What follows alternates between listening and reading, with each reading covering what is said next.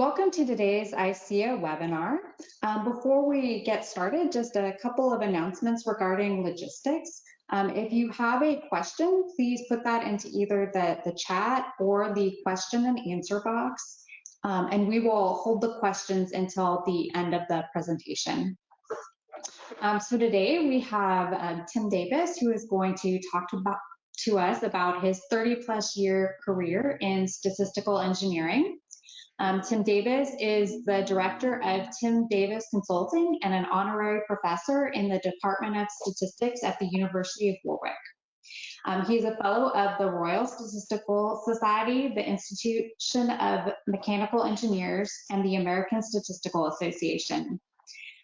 He's an elected member of the International Statistical Institute and a senior member of the American Society for Quality.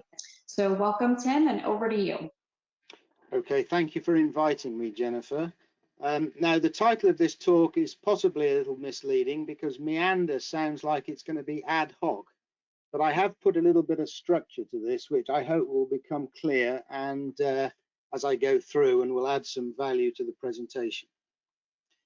Now, the one point I will say right now is that I'm going to talk about the profession of engineering.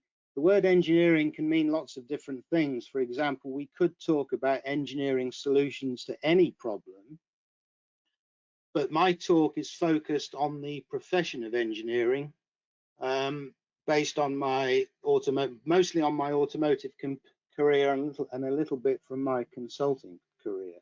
So with that in mind, first of all, let me talk a little bit about statistical engineering, what at least I think it is. There's the definition of engineering that I always like to show when I talk to people about how statistics works in engineering. This is a definition that's given by the Accreditation Board for Engineering and Technology, which is a US organization. The profession in which a knowledge of the mathematical and natural sciences gained by study, experience, and practice is applied with judgment to develop ways to utilize economically the materials and forces of nature for the benefit of mankind. So that's the definition of engineering that I like to subscribe to. And amongst other things, I think it communicates nicely the synthesis between the laws of mathematical and natural sciences, which I guess is the domain of deduction, with the use of experience, practice, and judgment, which you could argue is the domain of induction. And I'll talk a little bit more in a minute about the synthesis between induction and deduction. So that's what we mean by engineering, or at least what I mean by engineering, or ABET means. Now, what is statistics? Well, in my world, at least, I view statistics as the branch of science that deals with inductive inference in the presence of variability. And again, that's the definition of statistics that I like to use. Now, many people will have come across this before. This is the famous picture from George Box's 1976 paper called Science and Statistics. And what George Box did here was he simply illustrated that when you're investigating problems, that you iterate between induction and deduction. So induction goes from your data to your theory or your model, and deduction goes the other way. Now, I think the nice thing about statistics, at least from the engineering point of view, is it provides the catalyst for the reaction, if you like, in quotes, between deduction and induction. Statistics is the branch of science that makes that graphic work. And context, of course, is crucial. And with regard to engineering, which is clearly different to medicine and agriculture in terms of the timescales that apply to engineering, they tend to be relatively quick. For example, in medicine, clinical trials can take a long time, and in agriculture, you have to wait for the Earth to make an orbit around the sun before you've got much data. So in engineering, we have a time advantage, and typically our loss function is not quite as severe if we make a mistake. In other words, as long as we confine our mistakes to the testing lab, the loss function in engineering is relatively small compared to medicine and agriculture. And that really allows for statistics to flourish in engineering, arguably in a way that can't do in medicine and agriculture. Given that it has flourished in medicine and agriculture, I've always felt it's rather odd that statistics hasn't taken the same position in engineering as arguably it has in medicine and agriculture. So part of this talk is perhaps to try and redress that balance in a very modest way. So that's the iteration between induction and deduction. A more formal representation of that is due to Charles Mischke. He wrote a very nice book in 1980 called Mathematical Model Building, and he laid out this table here, which I think it perfectly balances. It perfectly goes in line with the ABET definition. So he said, if you're given three things and your job is to find the fourth thing.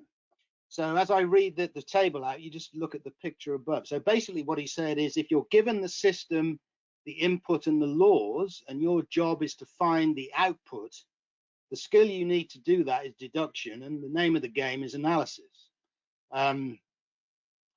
If on the other hand, you're given the system, the output and the laws, and your job is to determine the input that gave the answer that you got in the output, the skill you need there is again deduction, and you might call that reverse analysis because it goes the other way. And then he said, if you are given the input, the system and the output, and your job is to find the laws, the skill needed there is induction, and that is the domain of science. And this is the really key point now. We got there in the end. If you were given the input, the output and the laws, and your job is to find the system, the skill you need there is a synthesis of all of the above, which is exactly what the ABET definition implies. And the name of the game there is engineering. And so that just sets engineering in the context of induction and deduction, in the sense it's a synthesis between the two, which in reality George Box's model also suggested, although he didn't say that formally. I think Mischke's adding some value there. And of course, if we then expose this whole thing to variability, so for example, and it doesn't have to be Gaussian, of course, that's just a schematic. If your input is subject to variability and your system is subject to variability, then your output is going to have some variability as a consequence of that. And we might call that then statistical engineering, to deliver the output with small amounts of minimum amount of variability, even if the inputs and the system itself is subject to some sort of variability. Now, one of the things I did I hope the audience will forgive me for referencing my own papers as I go through this talk. If one or two people download some of my papers, at least it will make my ResearchGate score go up. So I hope that will be forgiven by the audience. But this particular graphic here is a sort of updated version of George Box's, really. As I sort of got into my engineering career, it pretty soon became obvious to me that this process of induction and deduction needs to converge. It needs to converge to an engineering solution. And George Box's picture had the two lines parallel. They never converged. So that was my modification to his diagram. And I wrote about that a little bit in my 2006 paper called Science, Engineering and Statistics. So you'll notice there I squeezed in the word engineering to George Box's original title. And that paper came out a few years ago. The reference is at the bottom of the slide. And because I've already talked about statistics being the catalyst to make this work, and I sort of called that picture creative convergence. In other words, we want to be creative in determining engineering solutions, but we need that creativity to converge. Now, creativity left to its own devices typically diverges, and that's good in some fields. It's good in the arts, for example, but it's not very good in engineering, because we want this process to converge. And in fact, Stuart Pugh, in his excellent book called Total Design, called this process controlled convergence. And I've just sort of rechristened it creative convergence, really, because the idea of engineering solutions, coming up with an engineering solution, does require a level of creativity. And Richard Feynman, the physicist Richard Feynman, in his book, The Character of Physical Law, said something quite similar. What we need, he said, is imagination, but imagination in a straitjacket. So he was also sort of indicating that this idea of imagination or creativity does need to converge. And my thoughts are, in terms of those of us that practice the profession of statistics, which may be some of us in this audience, but not necessarily all of us, is those of us that view ourselves as a statistician who is working in engineering, which is how I regard myself really, is that I view that our role, or in fact, you could even say our responsibility as professionals, or as statistical collaborators in engineering investigations, technology development and process optimization, is to encourage creativity and to ensure that this process converges. I think we're perfectly positioned as statistical engineers to actually do that role. And I think that to me, that's what guides my approach to helping engineers when they're trying to come up with an engineering design. Now, I hope this slide is readable. It's a little bit busy, but again, modesty has deserted me because I've just highlighted there a paper that I've just published, which again, you can read offline if you'd like more detail on this. I published a paper in Quality Progress this summer. I think it came out in July. The reference is at the bottom. It was actually in response to a paper by Bill Meeker and some of his colleagues he wrote a paper about reliability disasters, and Bill and his colleagues mentioned some extremely important challenges in that paper, which I tried to answer in my paper that just came out this year. So what I've tried to do there is list out what I've considered to be, or is my model for, the engineering product development process, which goes through about 5 or 6 or 7 phases, maybe 8. You can just read those at the top there. You start with the mission, which then ends up into the definition phase. You then characterize the design. You then optimize it. You then verify it. And then eventually you get into production preparation and sale. And then finally, you'll have some field performance data to tell you how well you did.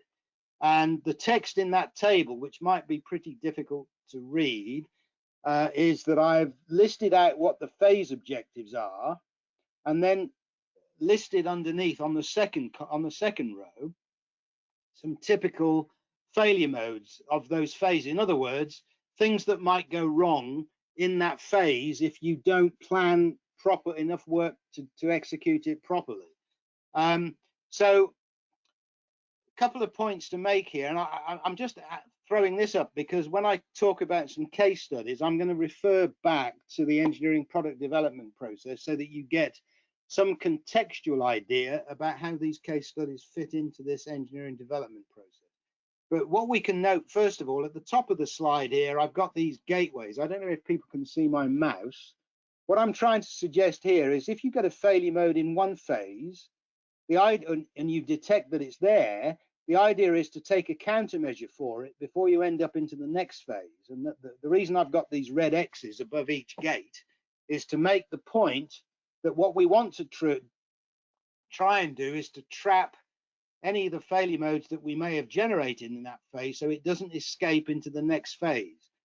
And the point there is to suggest that managing an engineering project via this process should be controlled by gateways and not milestones.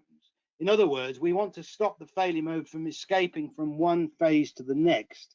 And if we haven't finished all the work in the phase, which will do that, we shouldn't proceed to the next phase until that work is complete. Now, that is different to treating them as milestones, where oftentimes projects carry on and people have to play catch-ups as they fall behind the program timing. And that sort of generates some fundamental principles, which I've listed at the bottom of the page here. But first of all, countermeasures for a failure mode have to be taken in the phase that the failure mode was created. And that drives this idea of gateways. And that in turn leads to a proactive use of the failure mode and effect analysis to detect the creation of these potential failure modes so they can be dealt with in the phase that they're created. Now, I'm not going to talk in too much detail about the FMEA today, but I will hint at it as I go through so you can get a sense of why that is so important. And one other point just quickly I'll make on this slide. The last time I looked at some data, and I admit that my data might be a little bit old hat now, is that roughly 80% of failure modes in an engineer, at least in an automotive engineering program, which is where most of my experience is, 80% of the failure modes typically have their root causes in the first 5 phases, which is the domain of engineering, and only about 20% have their root causes in the end of this process, which arguably is the domain of the manufacturing folks. And I've just put some little icons here to just give you some idea of what's going on, but I shall spend a bit more time on that as we go through the case studies. Like I said, there's a reference at the bottom of the page if anybody wants to follow up on that in a bit more detail. There's quite a lot of detail in my quality progress paper on that particular idea. And just before we get into some case studies, which I promise are coming up in a minute, I'm just sort of laying the groundwork here, is just to talk about some of the challenges of doing this in practice. It used to be the case that many product development processes were set up like this. In other words, if you had an engineering design, let's say a system which had 4 parts, which I've labeled A, B, C, and D here, is that oftentimes some of the parts would have different tooling lead times, and it used to be thought that the correct way to sequence putting the engineering together would be to release an engineering drawing for part C first, in this case, because the tooling time is the longest, and then you would release the other ones subsequently, such that when you came to build a prototype right at the end on step 2, all of the hardware arrives in the prototype workshop at the same time. So that was the logic of it. And of course, there are some issues with this, which, for example, if you release part C too early because the tooling lead time is longer, it may well be that when the engineer responsible for part C released their part, they had made an assumption about what part D was going to look like. And of course, there's a lot of time between the release of part C and part D, and it's highly likely that there were some changes to part D in the interim time, which effectively means that part C is no longer integrated with the characteristics of the part that I've called D. And what that then gives you is when you build your prototypes, you get errors and failure modes. And I've just illustrated these here with some geometric misfits. They're just there to illustrate failure modes generally, but you don't detect them until you build a prototype. So that's rather late in the game, really, often. And that sort of leads to the find and fix mentality, which I've put the word find in brackets there. Those of you that are familiar with FMEAs will know that the word in the FMEA rather than find is to detect, but here the detection is very late, and then you end up into this fix phase. And what's going on there is over time, the latitude to take countermeasures for these failure modes is greatly diminishing because everything is getting locked in. All of the design assumptions are getting locked in. And what that really means is that when you find that failure modes down there are easy to detect, because you've got lots of broken hardware lying around, for example, but they're quite hard to fix because A, you're late, and B, a lot of the other constraints have already been placed on the rest of the engineering system. So what's the countermeasure for that, or what's the alternative approach to that?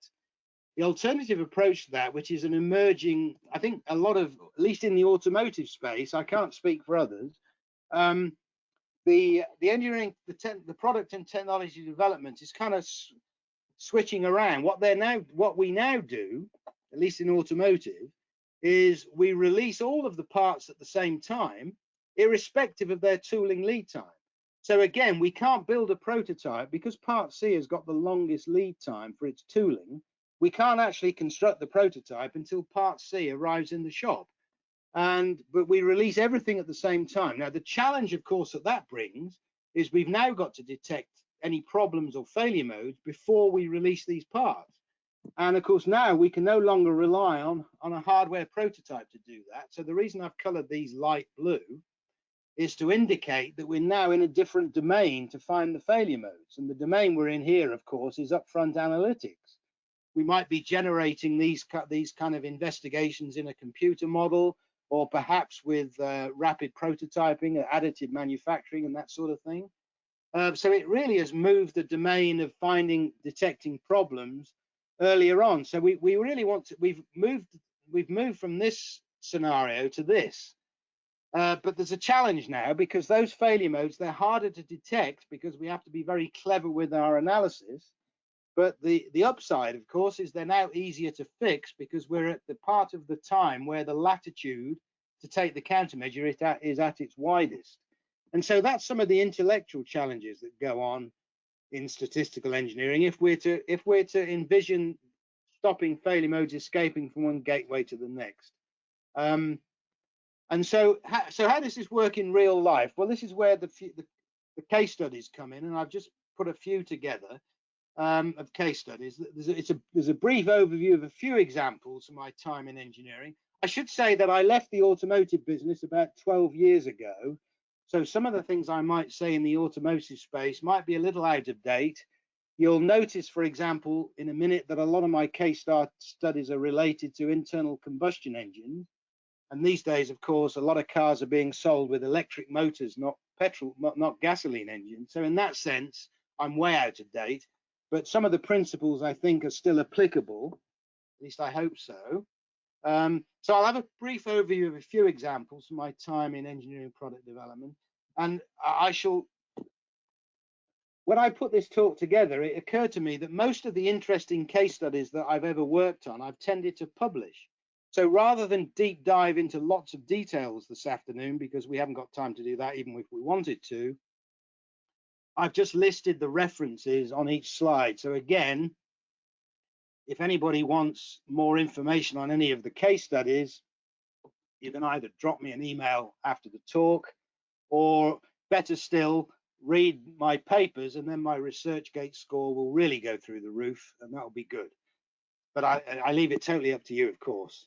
So the first case study really is just a general comment on the first program I really worked on that was of any consequence in the Ford Motor Company, which was the Mark I Ford Focus. It was a 98 model year program, and if you see in the top right, I'm just sketching where we are in the product development process here. So this is really the mission statement for this program. So the mission statement here was to deliver a class-leading design with interior roominess. We wanted to make the package comfortable for 5 adults, actually, with driving dynamics and an affordable family hatchback. So I bolded out the primary attributes there that we were trying to deliver. I think the only thing that's missing from that mission statement is to return the passengers safely to Earth. And that's a sort of a tongue-in-cheek comment, because you'll know that that was at the end of the NASA mission statement when they put man on the moon in 1969. So it's not quite as our mission statement is not quite as profound as that, but it effectively did the same job in the sense that it provides focus for the team. Now, the really important statistical engineering point that I wanted to make on this program here was to highlight the paradigm shift in quality planning. We moved over from trying to predict how often the chosen design will fail to choosing the design that fails the least. And that's also known as failure mode avoidance. That's one of the reasons I spent a little bit of time talking about failure modes up until now. So I'll just repeat that, because that's an important step. We move from trying to predict how often the chosen design will fail to choosing the design that fails the least. And there are 2 main causes for failure modes, and this is due to Don Clausing, who is referenced in reference 2 at the foot of this slide. He said there were 2 types of failure modes. Firstly, mistakes, when you just know there's a way to do something, and for some reason that doesn't get done. So those are just called mistakes. And then second of all, lack of robustness, which is where the design is just very sensitive to the variation that I talked about when I was talking about Mischke's model. Now, the Ford Focus was the first engineering program where the 5 categories of noise factors were utilized. And I don't know how often people come across these 5 categories of noise, but I come across them all the time, completely unsolicited. And I just want to go on record and say that these 5 categories of noise factors were identified and used on the Mark I Ford Focus. And that was the first time they were delineated in this way and used to help us plan how we were going to verify that the designs were robust. I've listed the 5 noise factors in red there. I don't think I need to necessarily read those out. You can see them. So there are 5 categories of noise, and the idea, of course, is to try and make your engineering designs robust to those noises so that the design still works. And I think the one thing that I will say to finish on this focus summary, this Ford Focus summary, it turned out we were the first non-Japanese car, at least in Europe, to receive the prestigious TÜV Reliability Award in Germany. And these vehicles are not an uncommon sight on the roads today, at least in Europe, but particularly in the UK. The Mark I Focus is, 20 odd years or 24 years later, are still running around. And in fact, I was just saying to Jennifer before we started, I was in Michigan last week, and I saw a couple of Focuses when I was in Michigan last week. They don't look like this, by the way. This is the European Focus. About the only part that's common between I mean, this is a different story now, but the only part that's common between a European Focus and the North American Focus was the blue oval badge on the front. But I did see a couple of Ford Focuses running around southeast Michigan last week. So there's still some on the roads in the United States as well. So I reckon we did a pretty good job at the reliability aspect of that program. And there's a bunch of references at the bottom of the page there, and which I've already mentioned my science, engineering, and statistics. The reason I put that up again is there are the 1 or 2 case studies in that paper that pertain directly to the Ford Focus. And the paper by Clausing and Fry talk a little bit about mistakes and lack of robustness. And Richard Parry Jones's pamphlet, Engineering for Corporate Success in the New Millennium, it's a relatively old paper. It was written the year after we launched the car, but it's quite relevant to the work we did on the Ford Focus. If anybody wants a copy of the Parry Jones article, I have a soft copy. They're quite difficult to get hold of. If anybody is desperate to see that paper, if you contacted me at the end of the meeting, I'd be happy to send it on. Okay, so that's a little bit about the Ford Focus. Now I'm going to move on to, now you'll see this graphic at the top is moving, right? So we're into the characterization phase now. And I did warn you that we'd be talking about internal combustion engines. I don't know an awful lot about internal combustion engines, but I know enough about them to give you a couple of interesting case studies. Now, this particular case refers to something called engine mapping, whereas what you have to do is program a controller that will control the engine in terms of the way it performs vis-a-vis its fuel economy and its emissions. The emissions legislation in Europe in particular is very strict, which is one of the reasons we now start-stop is very prevalent in Europe now, just to reduce emissions. And so engine mapping is the technology behind being able to achieve that. And basically what it involves is predicting how an engine performs in terms of its torque or its emissions. I've called those Y sub T and Y sub E because they're both outputs, as a result of changing the load, X sub L, or changing the RPMs, X sub R, changing the spark advance, which is at the point in the cycle. You can see that graphic, that animated graphic on the right. You can change the point where the spark ignites the mixture, and then you can change the fuel mixture itself, which I called X sub A, and finally the amount of exhaust gas that you can recycle. So what typically a modern gasoline engine will do is it will take some exhaust gases and recycle it back into the next ignition cycle, and that's done to help with emissions. So this is the activity of engine mapping. So there are 4 phases really.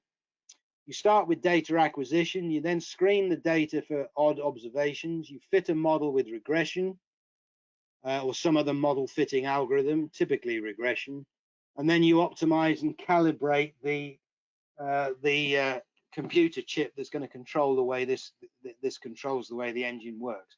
Now, the point to make here is in step 3, typically the engineers used to just fit high order polynomials. Now, that should send an error signal to everybody straight away, because polynomials don't have asymptotes, but physics typically does.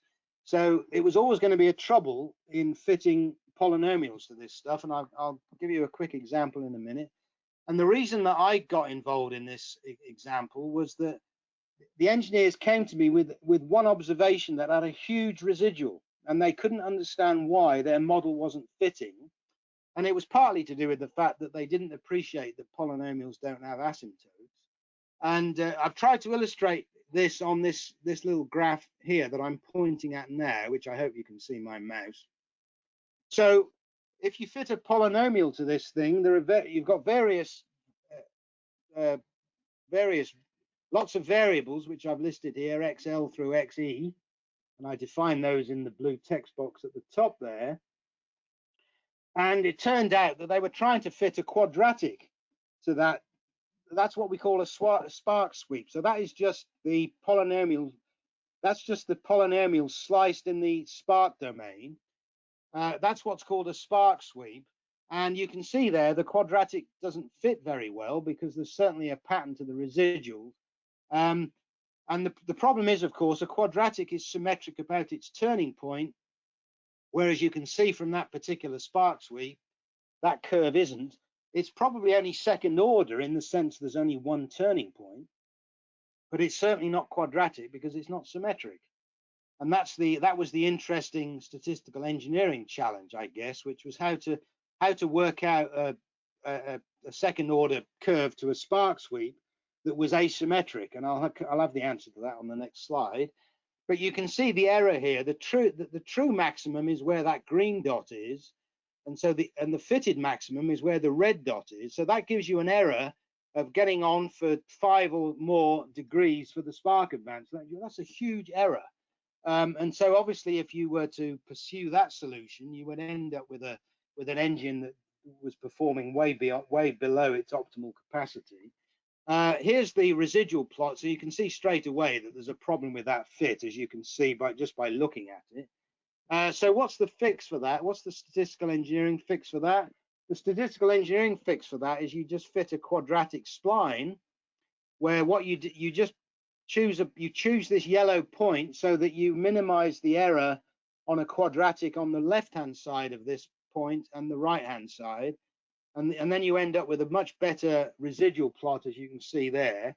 And the next statistical engineering contribution is that we fit the model in 2 stages. We first of all fit the quadratic spine to the spark sweeps, which you see here, and there are you get some parameters in that fit, and then what you do is you fit another fitted model to the parameters. So that's the 2 stages.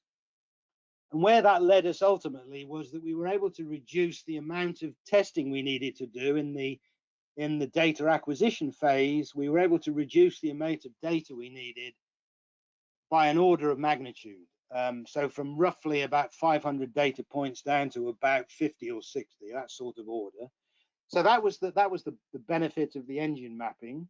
And again, if anybody wants to follow up on that a little bit more detail, there's a reference at the bottom of the slide, which was some work I did with a PhD student at the University of Birmingham. We wrote a nice paper in Technometrics that will explain some of the statistical nuances of fitting those 2-stage models. But what's interesting about that case study is it came about because an engineer had a large residual and they didn't know what it meant. And that led us to completely re-engineering the way they did the mapping. And so that really is the lesson from that case study. I'm going to move on now. This slide looks very busy. It is very busy. And I'm going to build it up piece by piece, so don't panic. I've included this case because it covers quite a lot of the gateways that we talked about previously, as you can see from the graphic in the top right. This is an idea for experimental robustness, which was to achieve competitive start times and again, we did this for the Ford Focus program primarily. Ford in Europe didn't have a particularly good reputation for efficient engine starting when the weather was a bit cold. So we wanted to improve things. So there's a systems V argument here. So the top of the vehicle level, when the customer puts the key into the ignition to start the engine, that's what the customer experiences, but we're not going to measure that in this experiment. What we're going to do is cascade the physics down the system fee down to the component level, and what we end up doing, in fact, let me just highlight that, and we'll move that out of the way for a moment.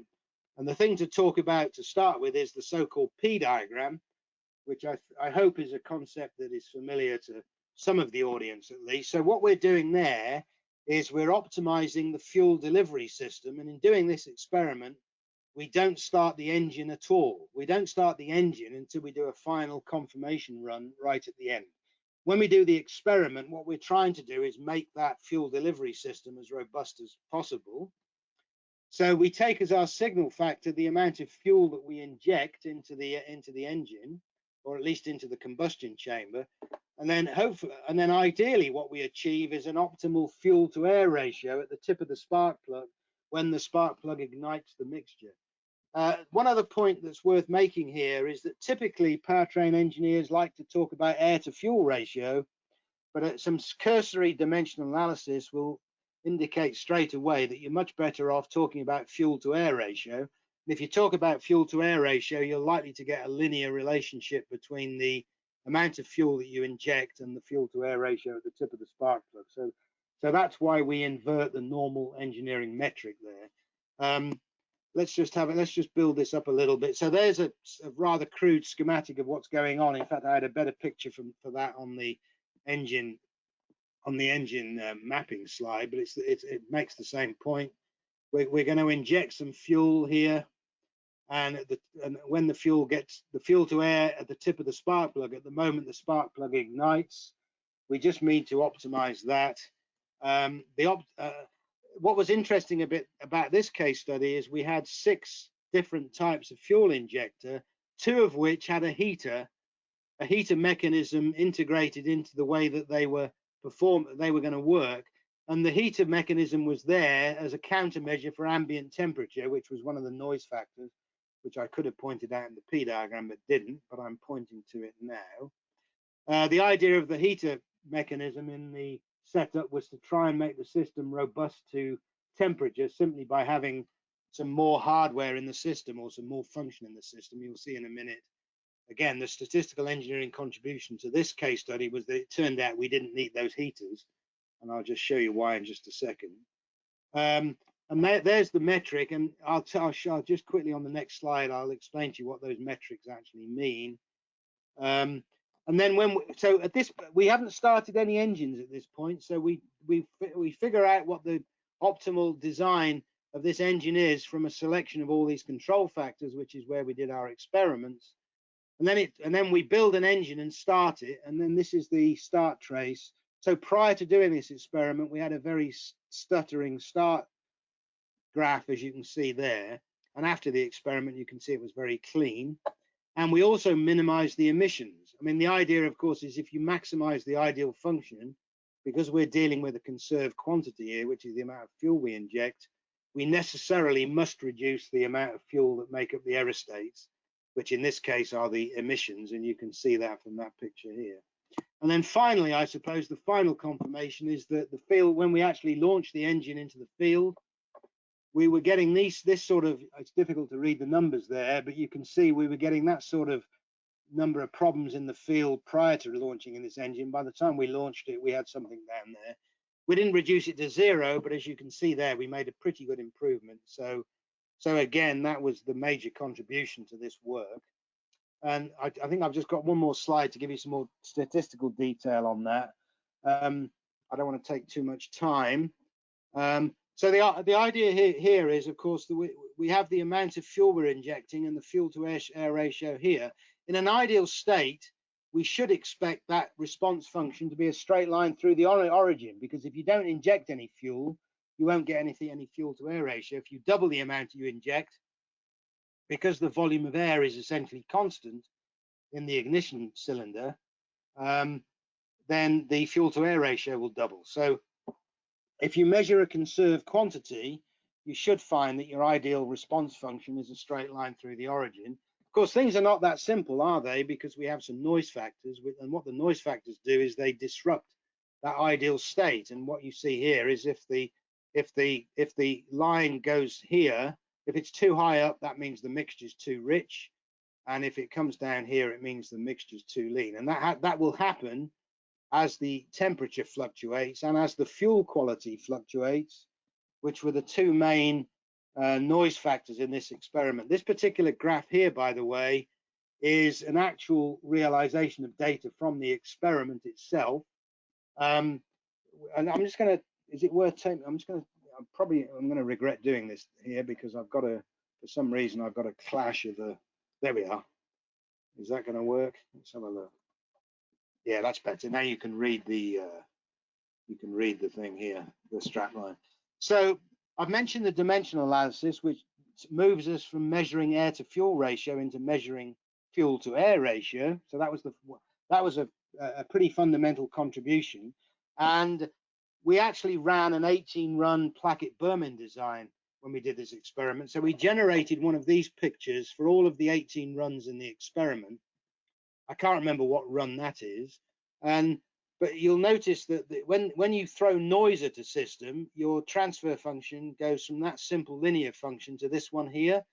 So what happens is the noise factor impacts the gradient that measures what the signal factor is doing, which in this case is the amount of fuel that's being injected. And you can measure that. You can fit those two lines by simple least squares. This particular example has this as its fit. So the parameter alpha 1 here is 0.40, and of course the idea is to try and get that parameter alpha 1 to be as close to 0 as you can possibly get it. Of course, perfect robustness would be to get rid of Z altogether or get rid of Z altogether, which are the noise factors. But in practice, we can't do that. All we can do is set up the engine such that its alpha 1 coefficient, which will vary as we vary the control factors, is to make that as small as possible. Just a technical note here is that minus log 10 of alpha 1 is actually equivalent to Taguchi's signal to noise ratio. But those of you that learned robustness when Taguchi came on the scene, it was a long time ago now, although it still seems recent to me. I guess it was the early to mid 80s. So I appreciate that many people online probably weren't practicing back then. But Taguchi had a metric which he called a signal to noise ratio, and it turns out that this parameter alpha 1 is exactly equivalent to Taguchi's signal to noise ratio. And this is a half normal plot of the 17 contrasts that you'll get from the Plackett-Berman design, and it picked out a few factors that we thought were likely to be active. Factors B and D, the injector distance and the inlet valve timing. And notice that these two contrasts, A1 and A2, reflect the effect of the heater mechanism on the two injectors that had that heater.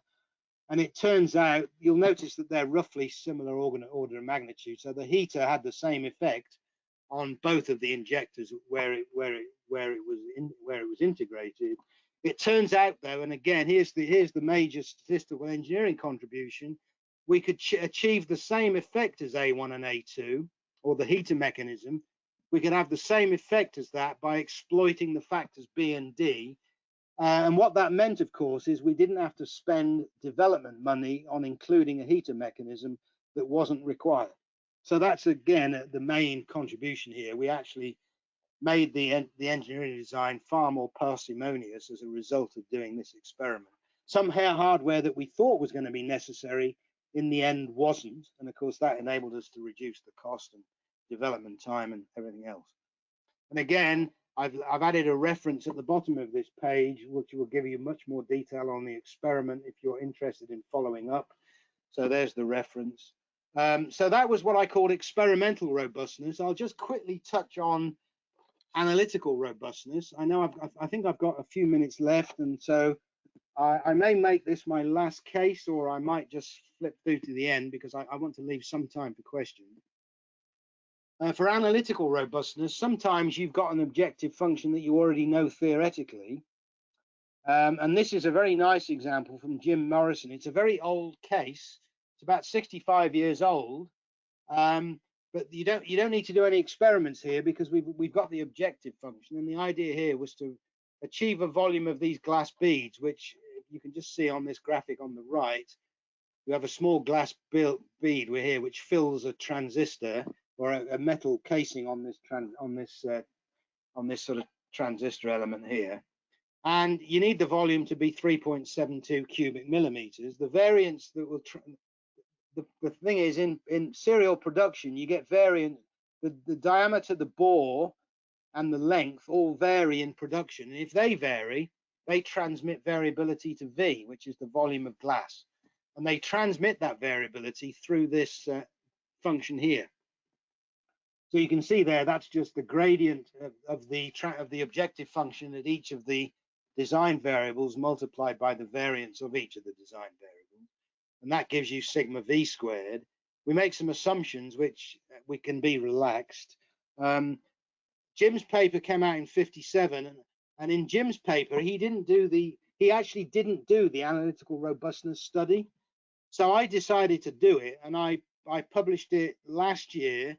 This is open access actually, so if you Google that you'll be able to find it if you want more detail. But the nice thing about it is if you draw the contour plot, those blue lines there are the contours for V, and the red line is those blue lines are the contours for sigma V squared, and the red line is the contour for V. So you've obviously got to stay on the red line and achieve the point which has the smallest amount of transmitted variation, which is roughly there. But in Jim's original paper, his design started about there, but the optimal design is roughly there. So that's just an example of analytical robustness. I wanted to include that just to make the point that robustness doesn't have to be achieved experimentally. If you know the objective function, then you can work out the transmitted variation analytically, and that can be done much quicker in a computer model. So this sort of approach to robustness now becomes much more relevant because engineers spend most of their development time in a computer-aided engineering environment. So I decided to add this for that reason. Now, just to prove that I'm not a total dinosaur, and I do understand how important electrification is, I'd left the auto industry by the time most of my automotive colleagues were getting into developing electric vehicles. So I did the next best thing. I did some work on our national railway network. It's a bit bigger than a car, but the problem we had here is we needed to set the tension in the contact wire to avoid. The P diagram is over here. I won't spend too much time on the P diagram because I think we'll be out of time shortly. The idea here was to try and set the parameters of the contact wire, the tension and so forth, so that the pantograph of the engine didn't slip above the contact wire and rip down the electric lines. And that was a rather nice experiment which we did in this is an image of a computer model. Actually, I don't think I can run it on this computer, unfortunately. So that's just a still. It says the code is unavailable. Never mind. The only point to make there is before the experiment, this is what the contact force on the pantograph looked like. And then we did a fractional experiment in the CAE world, and this is where we ended up. Now, if I had my time again, I wouldn't have done the experiment as an orthogonal design. I would have probably picked a space filling design. But at the time, we were under a bit of time pressure to get the model run because Network Rail didn't own the computer model. They had to hire time at a university to do it. But nevertheless, we managed to improve the situation from before to after.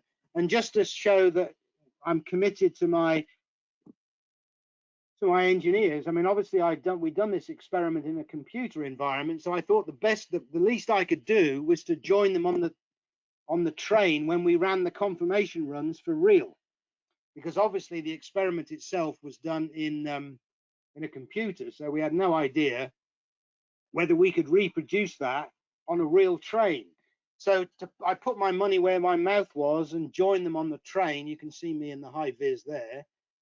with the modern train there. So we ran that on a test track, and we didn't get something that was quite as clean as that, but it was a hell of a lot better than what we started with. So we viewed that particular exercise as being useful.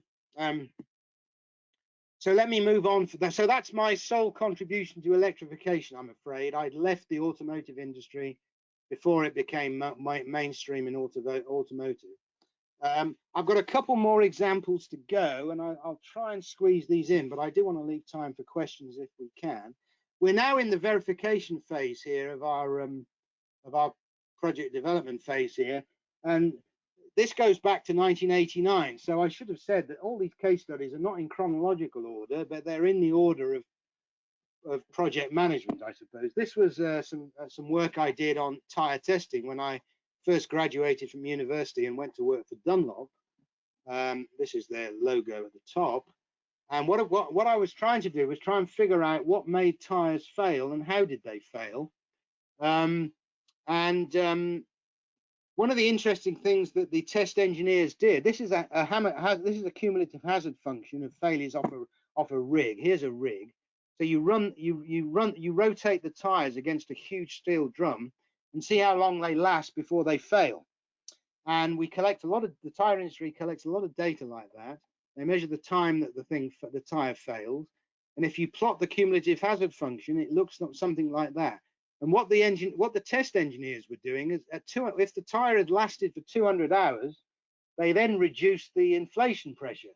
And you can see there that makes a big difference to the failure rate, because the gradient of the cumulative hazard function really increases at 200 hours. So that's why they did the reduction in the pressure, to accelerate the failure beyond where it would have failed ordinarily. But that introduces some interesting complications. But the one thing it does that's really interesting is that not every failure type is accelerated when they do that. These numbers here refer to the different types of failure mode that you get from these. Tires will fail for all sorts of things on these tests. You know, there are quite a lot of components inside a tire, and they'll fail for all sorts of many reasons.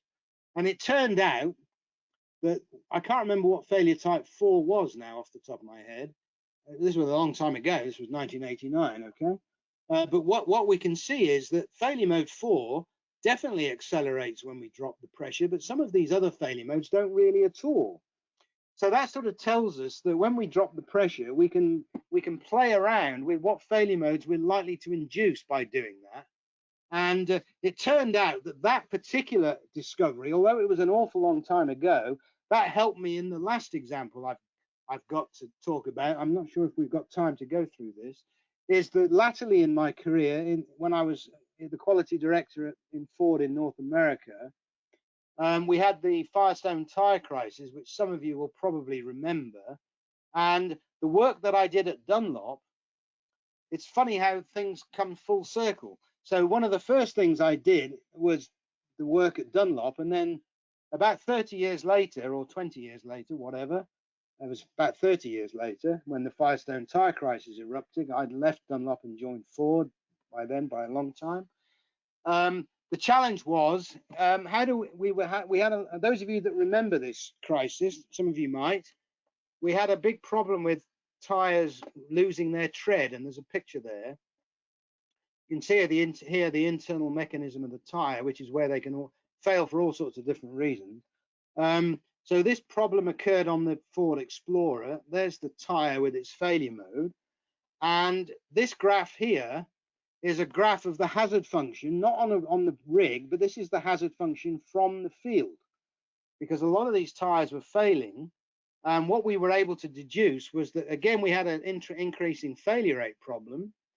These are the subject tires, the colored ones, for the different factories where Firestone made these tires. We were pretty sure the problem was with the tire, because we had some tires that weren't Firestone tires, which failed at a much lower rate. As you can see there, the pink one and the yellow thing there, the yellow zone there.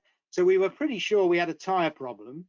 Well, I was in a pretty good place to develop a bench test to figure out maybe how these tires fail, because I'd already done some work at Dunlop on these tire testing protocols. And so what I ended up doing here was a simple fractional experiment to try and work out which of the variables we could change on this rig. We could change the ambient temperature, which is this axis of the cube. We could change the internal inflation pressure, and we could change the load on the tire, which is this one here. You can see originally we did a factorial cube there, and then we extended some of the factor. We extended pressure down to 18 psi eventually, and we made the load change quite a lot. And then the red points represent those points where we were able to induce tread separation on the rig. And what we found was when we did that the failure rates on the rig matched very closely what we were seeing in the field. So when we did that, we were pretty sure that we had a bench test that was going to replicate the failure mode, which meant then we could investigate what the countermeasures should be. And then just one last piece of work, which involved some statistical work, which was a composite design experiment.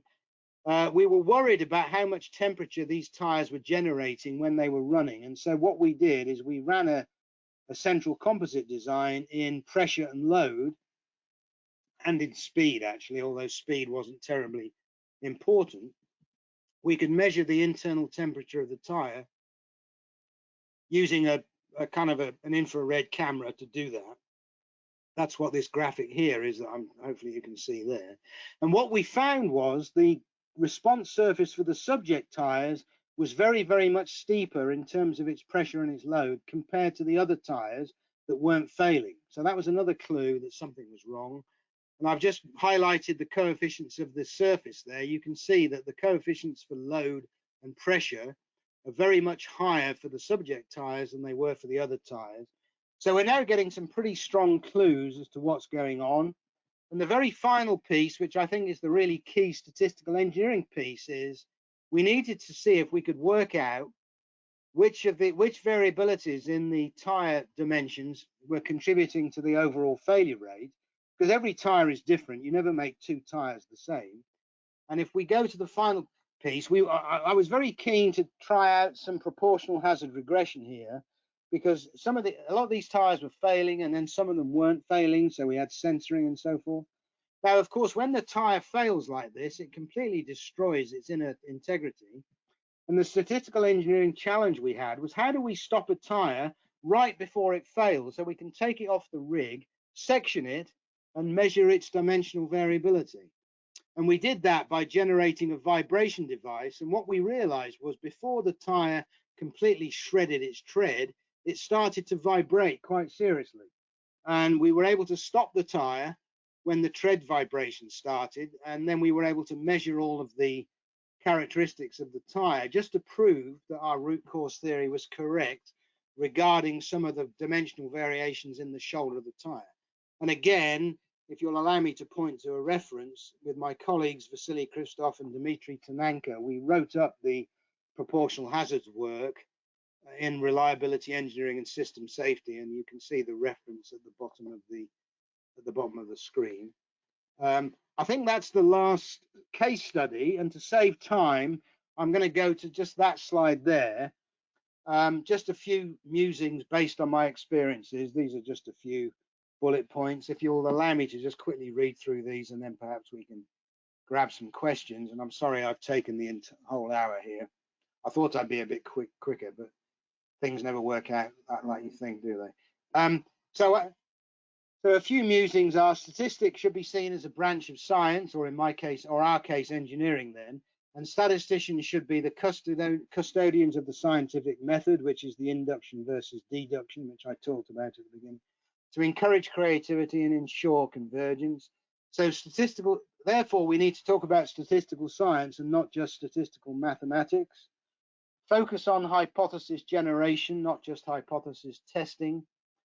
Recognize that often the problem is one of selection, not estimation, so that the job of the engineer is to select the design that will fail the least, rather than predict the failure rate of the chosen design. So that's what I mean by that. Try and use graphical methods, not instead of numerical and tabular methods. It's always better to display analysis with a graphical method. Hence my choice of the half normal plot when I came to analyze the engine starting experiment. Exploit observations with strange residuals, and I've got in mind there the engine mapping case. It was the strange residuals that led us into an investigation to figure out what was really going on. Parsimony over complexity, together with dimensional analysis, and those points were highlighted with the engine starting case, because we were able to eliminate some hardware that we thought we might need. Dimensional analysis led us to a much better response function, that is to say the fuel to air ratio, not the air to fuel ratio, which most engineers would want to do. Measure responses in conserved quantities, energy, material, and information. That's a bit of a subtle point, which I don't have time to expand on now. And then just think about context. In engineering, our timescales work in our favor, as does our loss function, compared to medicine and agriculture, for example, where we can often do sequential experiments. We don't have to solve everything with a one-shot experiment, which is what they often have to do in agriculture, for example, because you've got to wait for a year for the planet to orbit the sun. So it's very tempting to try and answer all your questions in one go. We don't need to do that in engineering. And then we're nearly at the end, folks. Analyze the problem, not just the data, and avoid type 3 errors. What's a type 3 error? That's a brilliant statistical answer to the wrong question. So that's what I mean by a type 3 error. Jennifer, I think I've burnt my time, so I'm going to stop there to see if there are any quick questions. I apologize for using the entire hour. Yes, so actually we do have a question from Pete Parker. He says, excellent talk. I'm curious, when you start a new consulting project, do you introduce yourself as a statistician, an engineer, or a statistical engineer? Why that choice? That is a brilliant. What's your experience and strategy? That is a brilliant question, Pete. I think initially, it depends who the client is. I'll tell you what I normally do is I don't commit to anything until I've first of all met the client and have them talk through the problem that they want help with. I normally give them that day free of charge, other than if I need a lot of expenses to get there, I'll ask them to refund that. So I'll normally go along to the client, talk about what the problem is, find out what the problem is, and then work out whether what they need to get the problem fixed. So, because do I introduce myself as an engineer or a statistician? Well, I suppose the answer is both, because I'm chartered in both professions. So I think I'm allowed to do that. I always make the point that if I'm with a bunch of engineers, I look like a pretty good statistician, and if I'm with a bunch of statisticians, I look like a pretty good engineer. So I just have to play the crowd. It just depends what the crowd is, I think, in reality. I hope that helps. Okay, yeah, thank you. And I think we're just about out of time. So thank you very much, Tim, for the wonderful talk. Can I just highlight that we have a statistical engineering special interest group in the Royal Statistical Society, and if there's any way we could explore connections with ISEA, that would be great. I've just put the link up there. I'll just leave that there, and if anybody would like to get in touch about that, I'd very much like to explore any links that we could collaborate on. So I just wanted to throw that up right at the end, if you will allow me. Yeah, and I think yes. The answer is yes. We are interested in exploring collaboration. Yeah, so I'm chairing this little group. I know Pete knows about this group because I've copied him on a couple of the email exchanges. But if we could make this more formal, if we felt there was mutual collaboration to be had, I think that would be cool. Okay. Yeah, so thank you very much for the talk, and also thank you to everyone who is watching online and to everyone who may watch this recording in the future.